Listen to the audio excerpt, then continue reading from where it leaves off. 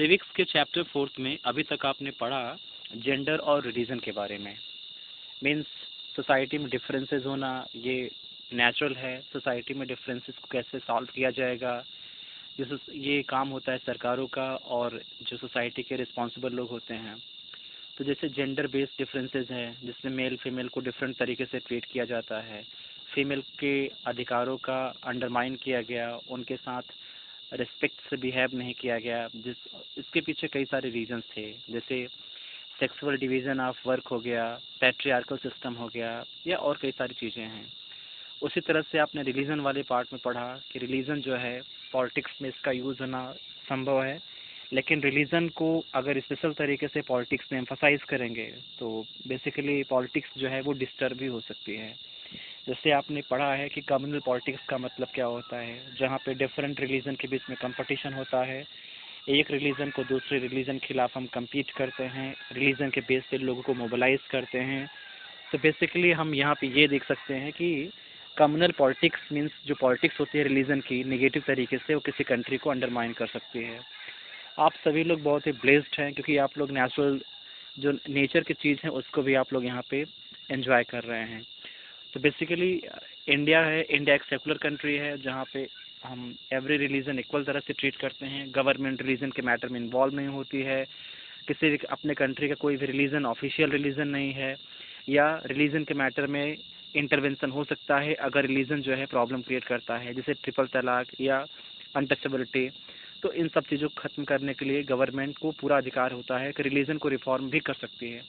Secular का मतलब ये नहीं है कि गवर्नमेंट रिलीजन के मैटर में इंटरफेयर नहीं करेगी। इंटरफेयर प्रॉपर मतलब राइट तरीके इंटरफेयर जो है गवर्नमेंट कर सकती है अगर वो कोई रिलीजन जो है हमारे राइट्स का, हमारे ड्यूटीज़, हमारे राइट्स का वायलेशन करे, इक्वलिटी का वायलेशन करे।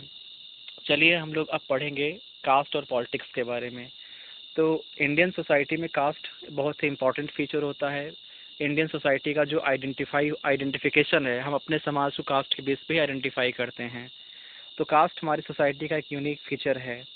और कास्ट इनइक्वलिटी हमारी सोसाइटी की बात नहीं करें, किसी भी कंट्री में सोसाइटी जो है वो डिफरेंट ऑर्डर में या डिफरेंट स्टेटस में वो एग्जिस्ट करता है। तो कास्ट इनइक्वलिटी केवल इंडिया में ही नहीं है, caste inequality still existed in different parts of the world.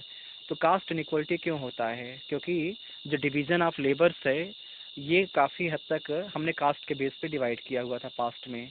जैसे कुछ ऐसे कस्टम हैं, रिचुअल्स में जो प्योर माने जाते हैं, जिसको अपर कास्ट के लोग परफॉर्म करते थे, और उसके अपोजिट में हमने बैकवर्ड कास्ट को अलग तरह से ट्रीट किया या अनटचेबल को अलग तरह से ट्रीट किया। तो जो कास्ट सिस्टम है it is based on the system of it is based on the system of exclusion and discrimination, जहाँ पे जो लोअर कास्ट के लोग होते हैं उनके साथ हम प्रॉब्लम क्रिएट करते हैं। चलिए हम इस वाले हेडिंग्स में जो मेन आपका रहेगा कि caste can take various forms in politics explain, कि पॉलिटिक्स में कास्ट कैसे यूज़ होता है आप इसको एक्सप्लेन करिए। तो हम लोग उसी चीज़ को पढ़ेंगे। उसके अलावा इस वाले पैराग्राफ से आपका सवाल क्या बनेगा जिसको मैं आगे एम्फसाइज करूँगा। आप लोग जब पढ़ते हैं इस चैप्टर में तो हमेशा ये मान कर चलिए कि इसमें कुछ चीज़ों को आपको अच्छे से पढ़ना है।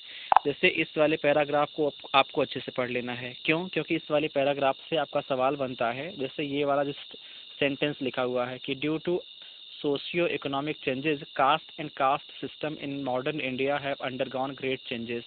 मतलब इंडिया में पिछले कुछ डिकेड्स में, पिछले कुछ सालों में कुछ ऐसे सोशल और इकोनॉमिक डेवलपमेंट हुए हैं जिसकी वजह से कास्ट सिस्टम में कई सारे चेंजेस हुए हैं। आप इसको एक्सप्लेन करिए। तो क्वेश्चन मतलब इसी वाले सेंटेंस के लाइन से पूछेगा कि explain the various social economic changes because of that caste and caste system in modern India have undergone great changes, explain।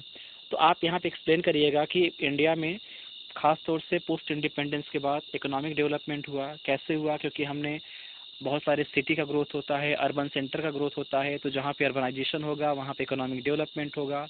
और अर्बन सेंटर में जो लोग थे वो डिफरेंट कास्ट के लोग थे। जैसे अब तक रूरल एरिया में क्या था, लोग कास्ट बेस्ड अपने काम को या ऑक्यूपेशंस को डिवाइड किए थे, जहाँ पे अपर कास्ट के लोग अच्छे काम करते थे और बैकवर्ड या अनटचेबल कास्ट के लोग जो थे उनको बहुत ही इम्प्योर काम दिया गया था।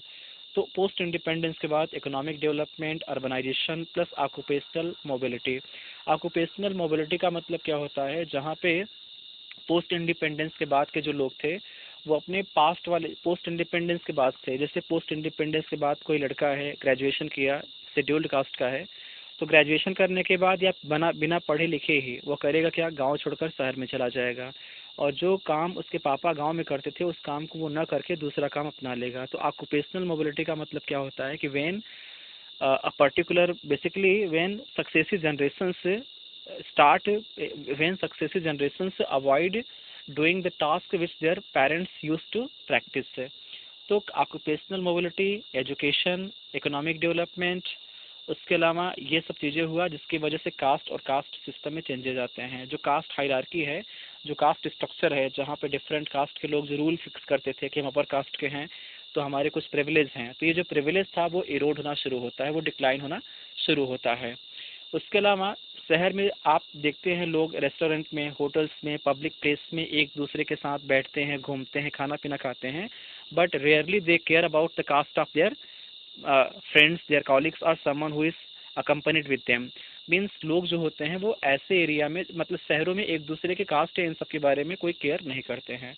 तो कास्ट और कास्ट सिस्टम इंडिया में बहुत ही चेंजेस हुआ है इंडिपेंडेंस के बाद। एक्सप्लेन करिए, तो ये सारे पॉइंट अगर आप एक्सप्लेन करेंगे तो अच्छे से आपका यहाँ पे ये जस्टिफाई हो जाएगा। उसके बाद सेकंड वाले पैराग्राफ से आपका यहाँ से क्वेश्चन क्या बनेगा, क्योंकि पैराग्राफ वाइज क्वेश्चन आपका बोर्ड सवाल पूछता है। यहाँ से आपका हुआ है कि इंडिया में इंडिपेंडेंस के बाद कास्ट सिस्टम में चेंजेस तो हुए हैं, लेकिन कास्ट सिस्टम अभी भी एग्जिस्ट करता है।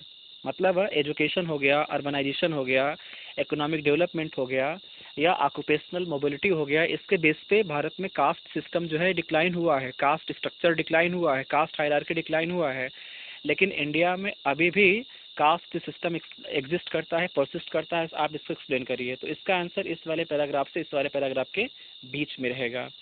तो चलिए हम लोग इसका अब सेकंड वाले का हम लोग यहाँ पे आंसर